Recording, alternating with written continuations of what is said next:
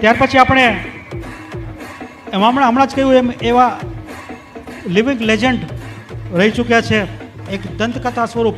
અને રાજકોટમાં જેટલા પણ સામાજિક સેવા ક્ષેત્રે સંકળાયેલા છે ને એમના પરિચયમાં આવ્યા ને એમના માર્ગદર્શન વગર કોઈ દિવસ આગળ નથી વધી શક્યા. એ નિર્વિવાદ છે.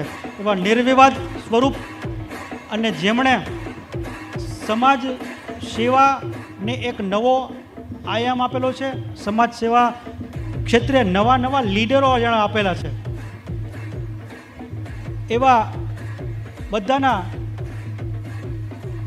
વડીલ, ખાસ કરીને રાજકોટ દસનામ ગોસ્વામી સમાજ માટે અને મહામંડળ ક્ષેત્રે જેમને ભીષ્મ પિતામહ કહી શકાય એવી પર્સનાલિટી અને ટાવરિંગ પર્સનાલિટી ધરાવતા અમારા બધાના વડીલ, અંગત રીતે મારા મામાશ્રી એવા કૈલાસપુરીજી, મોહનપુરીજી ગોસાઈનું આપણે આ શ્રેણીની અંદર સન્માન કરવા જઈ રહ્યા છીએ.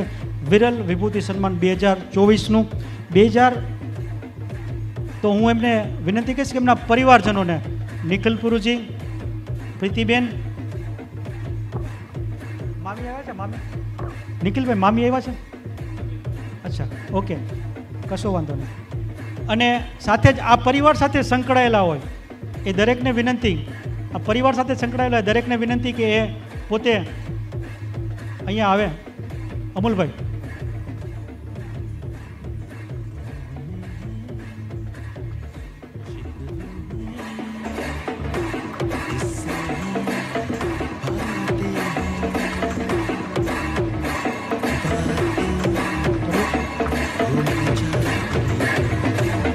પ્રતાપભાઈ આપણે વિનંતી કાપ આવશો. પ્રતાપભાઈ, હેમેન્દ્રભાઈ, જીતુભાઈ,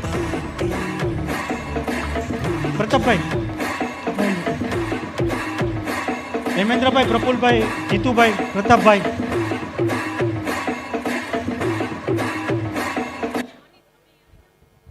બેન શ્રી મમતાબેન આપ આવશો. રાજુભાઈ આપો. नगमे हैं, शिकवे हैं, इससे हैं, बातें हैं, बातें भूल जाती हैं, यादें याद आती हैं, बातें भूल जाती हैं, यादें याद आती हैं, ये यादें किसी दिल जानम के चले जाने के बाद आती हैं, यादें यादें यादें.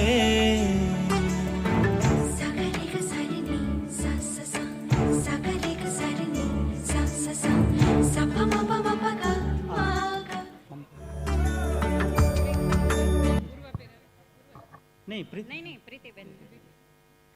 અરે તમારે એમને ફેરવવાનું છે. આવો તમે નજીક આવો ને, આગળ આવો.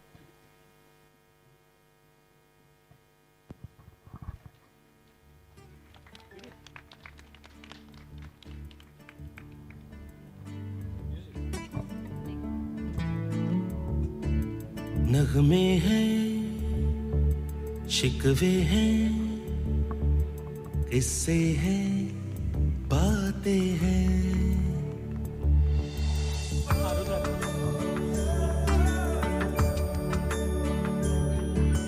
नगमे हैं, शिकवे हैं, किस्से हैं, આપણા ઘરમાં ઘણી જગ્યા છે, મને ખબર છે, એમની યાદમાં આવવાનું છે. बातें भूल जाती हैं અને ક્રિએટિવ દુરાબા અમારા બધાના માર્ગદર્શક, ચિંતક, પરમાર્થી, દીર્ઘદ્રષ્ટા અને સાથે જ કર્મયોગી. અને રાજકોટમાં સમાજ સેવા ક્ષેત્રે એમના વગર સમાજ સેવા અધૂરી જ ગણાય, એમના માર્ગદર્શન વગર. એવા અમારા બધાના વડીલ, પર્સનલી મારા મામા એવા કૈલાસપુરી મોહનપુરી ગોસાઈનું ક્રિએટિવ ગ્રુપ દ્વારા દસનામ વિરલ વિભૂતિ સન્માનથી અમારી ક્રિએટિવ ગ્રુપ પ્રમુખ શ્રી ગિરીશપુરીજી અને સમગ્ર ટીમ.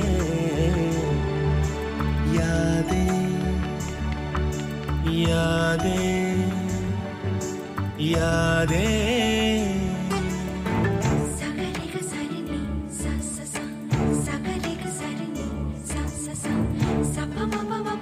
આ સાથે હું એક એ પણ ચોખવટ કરતો તમને બધાને લોકોને જે મહેમાનો છે ને તુલસીના એક છોડ આપેલા છે.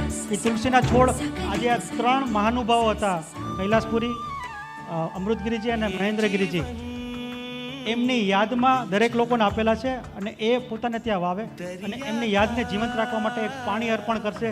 તો આ એમના પાસે કૈલાસમાં આપોઆપ આપણી બધાની અંજલિ, ભાવાંજલિ આજના દિવસે એમને પહોંચી જશે. તો અમે બધા લોકોને આપેલી છે. તો મેં છેલ્લે ચોખવટ કરવાનું રાખેલું હતું એટલા માટે. रह जाए यादें यादें यादें. ઓમ નમો નારાયણ બધાને. મારા દાદાને અમે કોવિડમાં લૂઝ કર્યા 2021માં. દાદાની બધી સ્ટોરીઝ નાનેથી મોટા થઈને સાંભળ્યું છે. હું મારા પપ્પા કરતાંય મારા દાદાથી વધારે નજીક હતી. એમને જે રીતના લૂઝ કર્યા એ અમે ક્યારેય કમ ઓવર તો કરી જ નહીં શકીએ.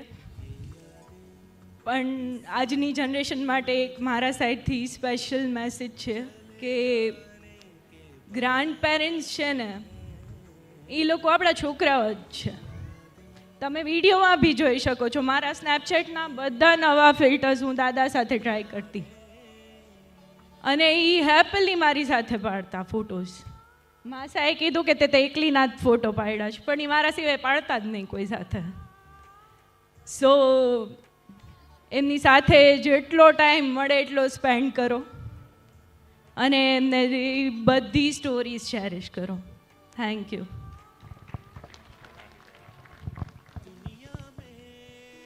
જય દશનામ. ઓમ નમો નારાયણ. હું પ્રીતિ ગોસ્વામી. આમ જો તમે ઓળખો તો લાભુબેનની દીકરી. હમણાં અમૃતગીરીભાઈનું જે સન્માન થયું એ મારા મામા, અને એને અમે મોટા મામા તરીકે ઓળખતા અને એમના કામે બધા મોટા હતા. એમણે મને તો ઘણીવાર વિચાર આવે, હું એજ્યુકેશન ડિપાર્ટમેન્ટમાં ક્લાસ 2માં મેં મારી ફરજ બજાવી, પણ હું કાયમ એ વિચારું કે આ બધા વ્યક્તિ કેટલા દિલથી મહાન એમ. એમણે અમારા કુટુંબમાં લગ્ન કર્યા છે ને, કેટલાના લગ્ન કર્યા મેં જોયું છે કે જેની કોઈની આર્થિક પરિસ્થિતિ સારી ના હોય ત્યારે હંમેશા એ ભાઈ બહેનો એમાં મામા પૈસા આપે અને ભાઈ બહેનો બધા સાથ આપે. આવા મારા વિશાળ હૃદયના દિલાવર મામા હતા. બીજું જો હું મારા સસરા એટલે કે આ કૈલાસપુરીભાઈની જો એક વાત કરું આપને તો એ મારા મગજમાંથી ક્યારે પણ જતું જ નથી એમ. કે હું આ ટીચરમાં મેં હાયર સેકન્ડરીમાં 32 વર્ષ જોબ કરી, પછી ક્લાસ 2માં આવી. હું હંમેશા હું એકલી હોઉં છું ત્યારે વિચારું છું અને કુદરતને આ પૂછું છું કે આવું કેમ એમ. કે હું ક્યારે પણ જોબમાંથી આવું 2 વાગે 2:30 વાગે જમવા બેસું તો પપ્પા ઉઠીને જાતા હોય, કેવો તડકો હોય, વરસાદ હોય. તો મને એવું યાદ નથી કે રાજકોટમાં કોઈ એક્સપાયર થયું હોય અને પપ્પા ન ગયા હોય.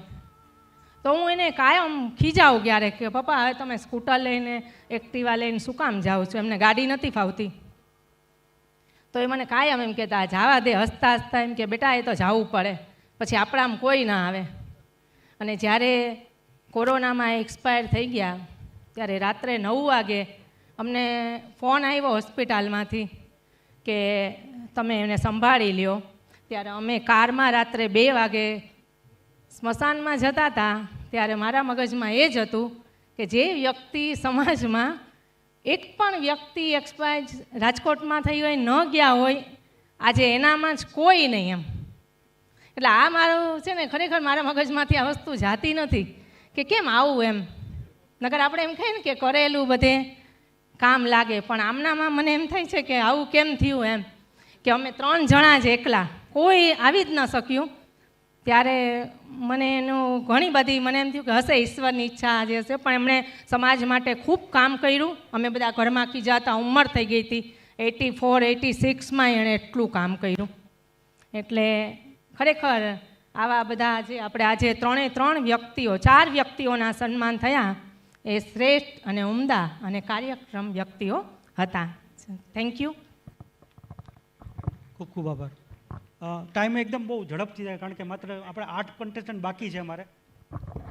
મહામંડળને જો જીવંત રાખ્યું હોય તો આ ત્રણેય વિરલ વિભૂતિઓએ, મહેન્દ્રભાઈ, અમૃતગીરી અને કૈલાસપુરી બાપુએ, આ ત્રણેય પોતે પોતાનો સમય અને પોતાના આર્થિક અને બધી રીતે એમણે જો સમાજને એક કરવા પાછળ ખર્ચી નાખ્યા હોય તો આ ત્રણ વિરલ વિભૂતિ છે. તમે જે ત્રણનું સન્માન કર્યું છે એ ખરેખર યોગ્ય કર્યું છે. Thank you. સુરત દશનામ ગોસ્વામી સમાજ તરફથી અને દક્ષિણ ગુજરાત મહામંડળ તરફથી હિતેન્દ્રભાઈ સન્માન કરવા માગે છે ક્રિએટિવ ગ્રુપનું.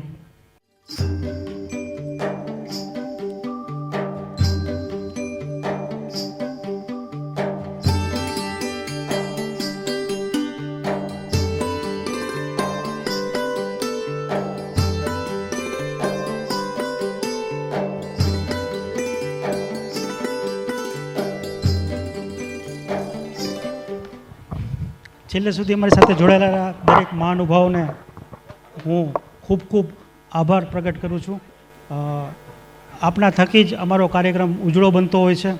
તો આપણી હાજરી ત્યાં સુધી જ્યાં આપણે બેઠેલા છે, મારો અવાજ સંભળાય છે, બધા જ લોકોનો હું આભાર વ્યક્ત કરું છું.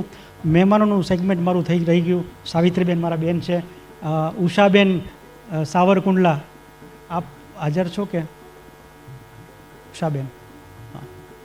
તો એ બંનેને વિનંતી કે ઝડપથી આવી શકશે. તમારે આવવાની જરૂર નથી, તમને ત્યાં પહોંચાડી દેશે. તો એ બંનેને પણ અમે અહીંયા આવકારીએ છીએ. અને અગેન આપણે આવતા વર્ષે એક ખૂબ જ ધમાકેદાર કંઈ ના કંઈ કોઈ હે પરિવાર પરિચય મિલન 2025 જે અમારો સિલ્વર જ્યુબિલી હશે અને સૌથી યાદગાર હશે હિતેશભાઈ. એના માટે અમે અત્યારથી જ તૈયારી કરી લીધેલી છે. અને એના માટેના મહાનુભાવ મતલબ કે જેનું સન્માન કરવાનું અત્યારથી જ અમે ગોઠવાઈ ગયેલા છે. અને ન ભૂતો ન ભવિષ્યથી એવા લોકો હશે, એ પણ હું તમને અત્યારથી હિન્ટ આપી દઉં છું. તો ખૂબ ખૂબ આભાર. બહારથી દૂરથી પણ જે બધા પધારેલા હતા, ઘણા લોકોનો પહેલાં નાના, પછી હા કભી ના જેવું હતું. એટલે છેલ્લે ઘણા કદાચ લોકોએ છેલ્લે આ પાડી, પણ પછી અમે લોકોએ ના પાડી. તો એવું પણ બનેલું છે. નિલેશભાઈ, આ પંજારથી પધારે, આપનો પણ આભાર. હેમેન્દ્રભાઈ, હર હંમેશા આપ અમારી સાથે હો છો. અને આપનું જે સપનું છે શૈક્ષણિક ભવનનું, બરાબર છે, એ ખૂબ ખૂબ આગળ વધે અને પૂર્ણ થાય. આ મંચ ઉપરથી મેડિકલ ભવનનું સપનું આપે જોયેલું હતું ને એનાઉન્સ કરેલું હતું, એવું જ સપનું શૈક્ષણિક ભવનનું આપણું આ મંચ ઉપરથી હું જાહેર કરું છું. અને એ પૂર્ણ થશે એવી મને સૌથી વધુ અભિલાષા છે. જે પણ લોકો એમાં સભ્ય થવા માગતા હોય, હેમેન્દ્રભાઈ અહીંયા છે, જીતુભાઈ અહીંયા છે, એમના સંપર્ક કરી શકે છે. ખૂબ જ સારું શૈક્ષણિક ભવન ગાંધીનગર ખાતે આકાર પામવા જઈ રહ્યું છે. તો ખૂબ ખૂબ આભાર, ધન્યવાદ. ઓમ નમો નારાયણ.